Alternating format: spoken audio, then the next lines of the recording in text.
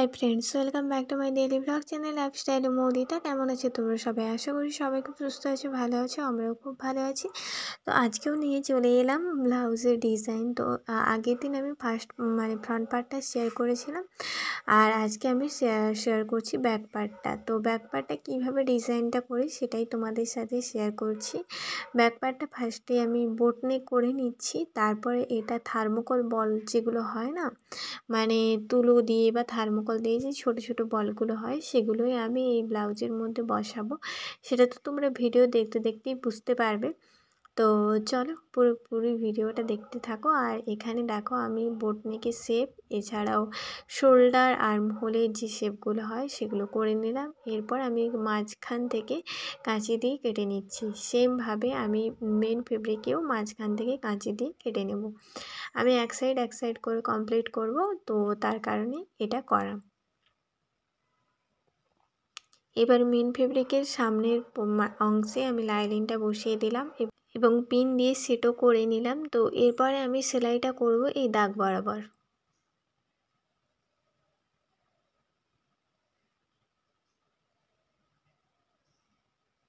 তো সেলাই অলরেডি হয়ে গেছে। এরপর আরেক সাইড যেটা রয়েছে সেই সাইডেও আমি এই যে নেক লাইনটা সেলাই করে নিচ্ছি। তো দুই সাইড সেলাই হয়ে গেছে। এবার দুই সাইড 1/2 ইঞ্চ রেখে আমি কেটে দিচ্ছি। তো কাটা হয়ে গেছে। এরপরে আমি ছোট ছোট কাট লাগিয়ে দিচ্ছি দুই পাশে, দেখতেই পাচ্ছ তোমরা। তো দুই পাশে কাট লাগিয়ে দেওয়ার পর এটাকে আমি উল্টে নিলাম এবং এই লাইনিংয়ের উপর থেকে আমি চাপ সেলাইটা দিয়ে দিচ্ছি। তো চাপ সেলাই দেওয়া হয়ে গেছে। এবার লাইনিংটাকে ভেতরের দিকে করে তারপরে আমি এর ওপর থেকে একদম ধার বরাবর 1 থেকে 2 সেমি ছেড়ে তারপরে আমি সেলাইটা করে নিচ্ছি। তো হয়ে গেছে সেলাই। এবারে আমি চকের দাগগুলো আবারও দিয়ে দিচ্ছি। তো আগের বারে যেটা দিয়েছিলাম সেটা অলরেডি ভেতরে চলে গেছে, তার কারণে বাইরে থেকে আরেকটা চকের দাগ দিয়ে দিচ্ছি এবং পিন সেট করে নিলাম। এবার সেলাইয়ের পালা। তো সেলাই করা আমার হয়ে গেছে। এবার এর পরেরটাও আমি এক সাইডটাও সেলাই করে নিলাম। তো দুই সাইড সেলাই কমপ্লিট। এবারে কি করি সেটা তোমরা দেখতে থাকো। এই সাইডটার আমি কাজ করব, তার কারণে এই যে হুক, পেছনে হুক হবে, তো হুক করব। আর কিভাবে আমি ওই যে থার্মোকল বলসগুলো লাগাই এখানে, সেটা তো তোমরা দেখতেই পাবে। তার জন্য আমি ছোট ছোট করে দাগ করে নিচ্ছি।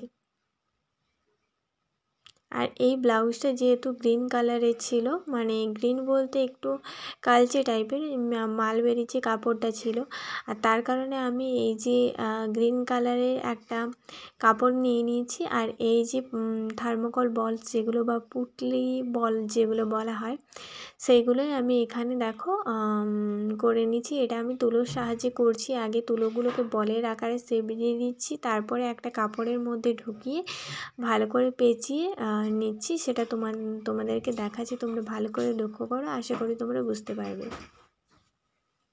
তো এইভাবে আমি একটা একটা করে পুরোটা সেলাই করে নিলাম। আর এরপরে আবারও এর ওপর থেকে একটা ভালো করে সেলাই দিয়ে দিচ্ছি। তো হয়ে গেছে। এবারে আমি এক্সট্রা যে কাপড়গুলো বেরিয়ে আছে এই যে পুটলি বলের, তো সেইগুলো আমি একটা একটা করে ভালো করে পুরোটা সমান করে কেটে দিচ্ছি এক্সট্রা কাপড়গুলো।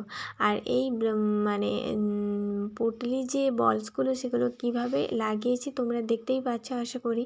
আর এই সাইডে হুকের ঘর, মানে হুক বসবে আর কি, তার কারণে আমি ওই সাইডে ব্লাউজের দিকে মুখ করে ওই পুটলি বল বা থার্মোকল বলগুলো বসালাম। এরপরে দেখো আমি যেভাবে হুকের ঘর তৈরি করি আর কি, তো সেইভাবেই হুকের ঘরটা তৈরি করে নিচ্ছি এর ওপর থেকে সেলাই করে।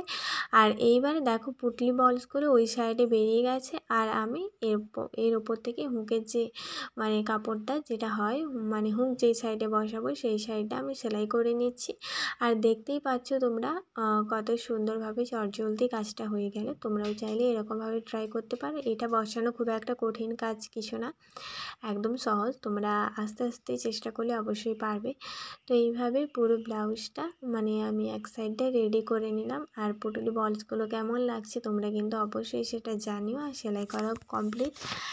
এবার চলো পরের এবার এর কোমর পট্টিটা বসাতে হবে। আর তার আগে এই যে টেকিংটা দেবো সেই টেকিংয়ের জন্য আমি দাগটা দিয়ে দিচ্ছি। এটা 32 সাইজের ব্লাউজ, আর এখানে দেখো আমি 4.5 ইঞ্চ ওপর থেকে এবং সাইড থেকে নিয়ে নিলাম। তো এটাই আমি টেকিংয়ে বসিয়ে দিচ্ছি। তো টেকিং বসানো মানে দেওয়া কমপ্লিট হয়ে গেছে। এবারে দেখো আমি কি করছি, এবারে আমি কোমর পট্টি বসানোর জন্য যে দাগটা সেইটা দিয়ে দিলাম। এবার কোমর পট্টিটা বসিয়ে নিচ্ছি।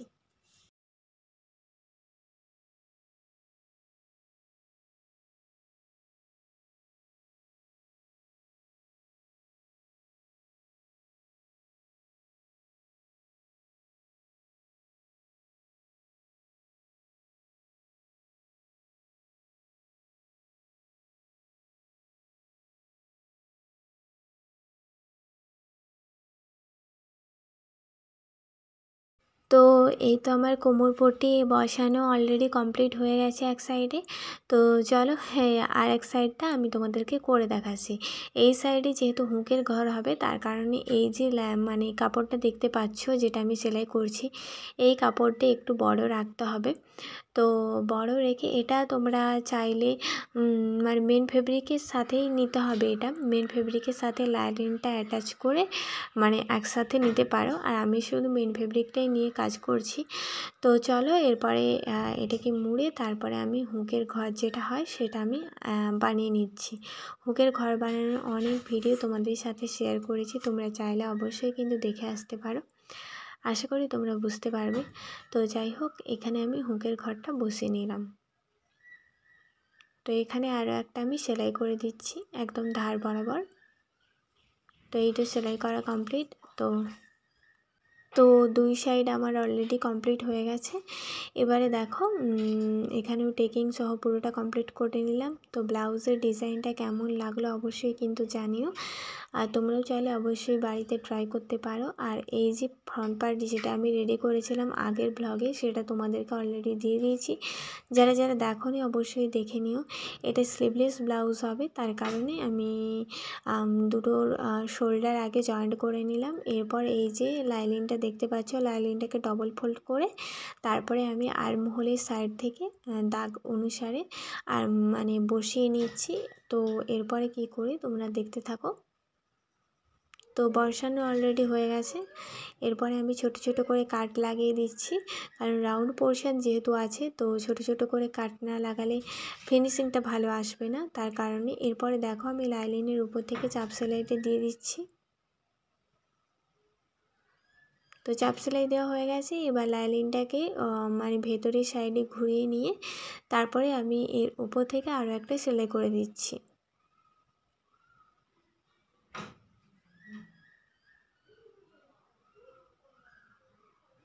তো এই তো আমার পুরো ব্লাউজটা অলরেডি রেডি হয়ে গেছে। আর এক সাইডেও এইভাবে আমি করে নিলাম। ব্লাউজের ডিজাইনটা কেমন লাগলো অবশ্যই কিন্তু জানিও। আর এই হচ্ছে ব্যাক পার্টটা। তো দেখা হচ্ছে নেক্সট ব্লগে। ততদিন সবাই সুস্থ থেকো, ভালো থেকো। আজকের মতো টাটা বাই। তো ব্লাউজের ডিজাইনটা কেমন লাগলো অবশ্যই কিন্তু জানিও। তো চলো টাটা, রাধে রাধে।